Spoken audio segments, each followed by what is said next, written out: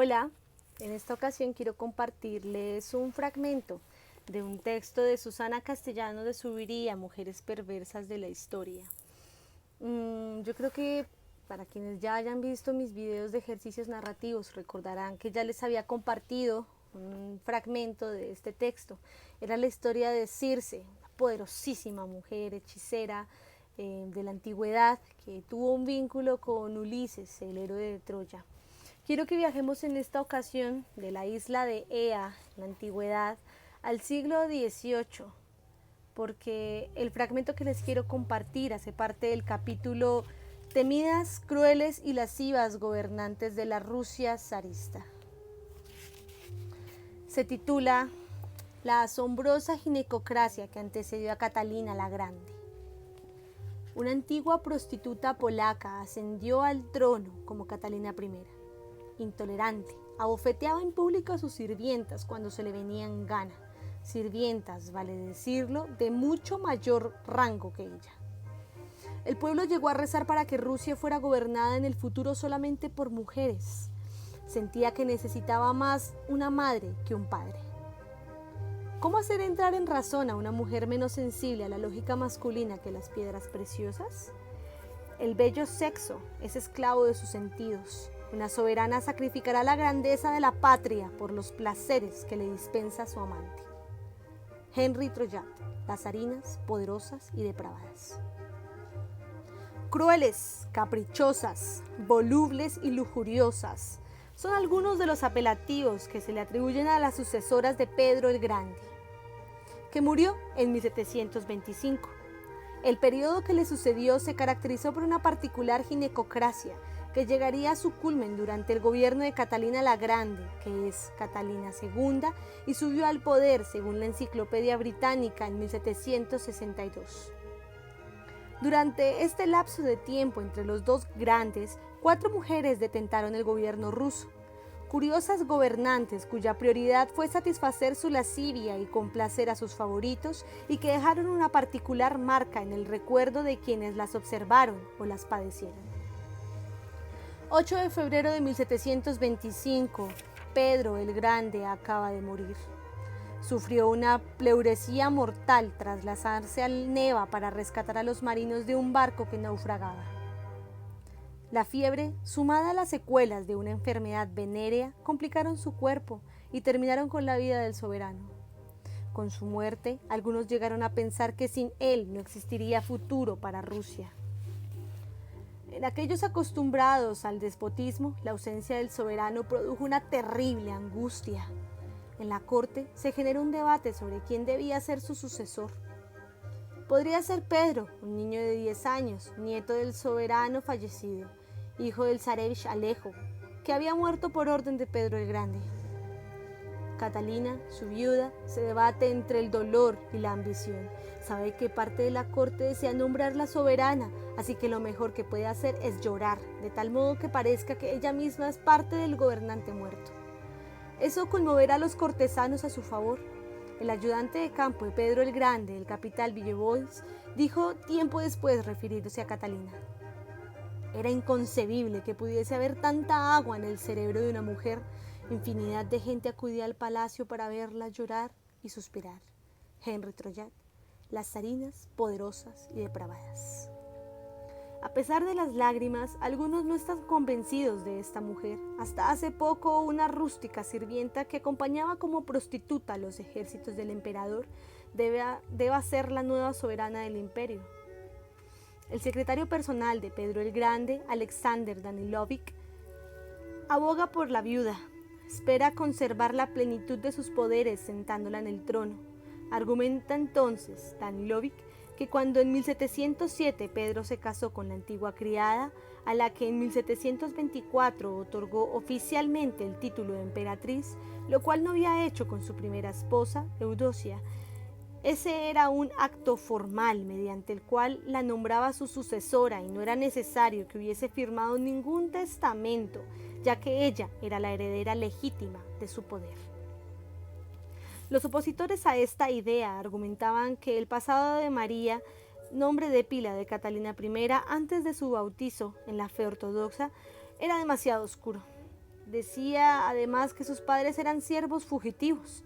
No podían aducir el hecho de que ella había pasado por los brazos de toda la guarnición militar y que en esas condiciones la aceptó el magnífico Pedro, aunque sí lo murmuraban. Lo que sí podían aducir como un motivo para impedir su ascenso era su condición de mujer. Esto era totalmente inadecuado. Hasta el momento ninguna mujer había detentado el trono ruso. Henry Troyat expresa el sentir de esa oposición. Las mujeres no son aptas para dirigir los asuntos de un imperio tan vasto como Rusia. Tienen los nervios demasiado frágiles, se rodean de favoritos demasiado ávidos, cuyas extravagancias cuestan muy caras para la nación. Las zarinas poderosas y depravadas. La oposición perdió. La antigua prostituta, una Livonia polaca, ascendió al trono como Catalina I en 1725. Enjugó sus últimas lágrimas y adoptó su papel de soberana.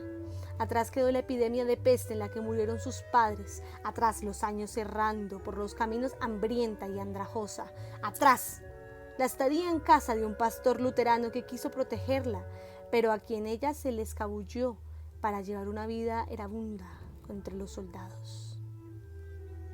Sus formas carnosas la hicieron subir de grado entre la milicia. Pasó de la cama de soldados rasos, sargentos y capitanes a la de Menshkov hasta, finalmente, alcanzar la cama de Pedro. El gran zar siempre prefirió mujeres de mucha carne y poca cultura. Rompiendo con el uso de la transmisión imperial, Pedro el Grande determinó en 1722 que el soberano podía elegir como heredero a quien mejor le pareciera. Gracias a esta innovación, una mujer tendría el mismo derecho que un hombre a acceder al trono. Quienes preferían apoyar al nieto del soberano como su legítimo sucesor no dejaban de expresar su sorpresa ante el hecho de que la primera beneficiaria de esta nueva disposición fuera una mujer con semejante pasado. Por otra parte, los que la vieron coinciden en que su aspecto y en sus modales no se notaba con claridad su ancestro rústico.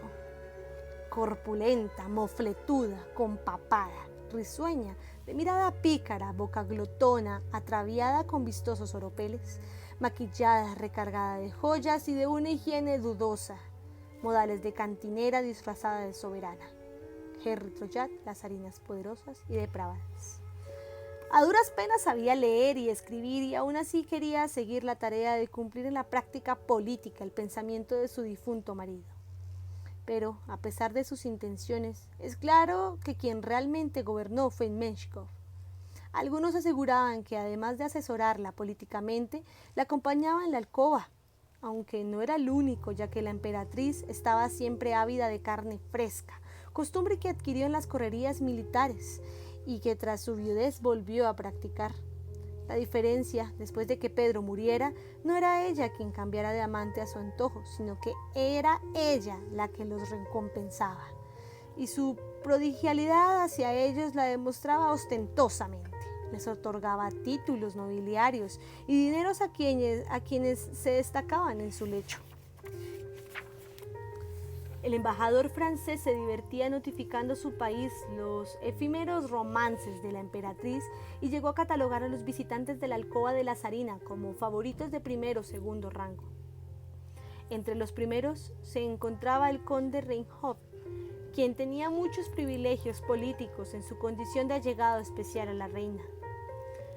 Antón, musculoso y atractivo, el conde Alexander, apuesto, fornido y galante. El embajador refirió en sus cartas que a los de segunda categoría los conocía principalmente la doncella de la corte, Johanna, quien los cataba antes de enviarlos a la alcoba imperial, donde su estadía era explosiva y fugaz.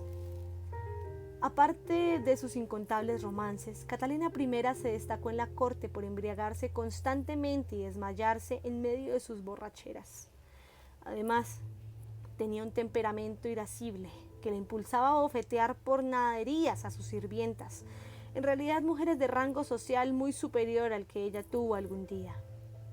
La emperatriz trató de casar a sus hijas del mejor modo posible, procurando establecer alianzas diplomáticas con Francia, pero los franceses la trataron con desprecio, no solo porque nunca tomaron a Rusia en serio, sino porque los informes del embajador hacían hincapié en la vida disoluta de la soberana.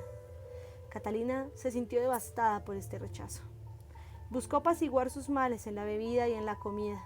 Protagonizó escandalosas borracheras que siempre terminaban al amanecer en brazos de algún corpulento desconocido. Su vida desordenada causaba estupor y los nobles sentían que el imperio perdía estabilidad. Los excesos de la comida y la bebida deterioraron la salud de la zarina y aceleraron el final de su vida. Catalina I falleció el 6 de mayo de 1727, tras una larga agonía en medio de delirios y sin haber designado un sucesor. Su reinado duró 2 años y 2 meses. Sus súbditos, perplejos, no sabían si llorar o alegrarse por su desaparición.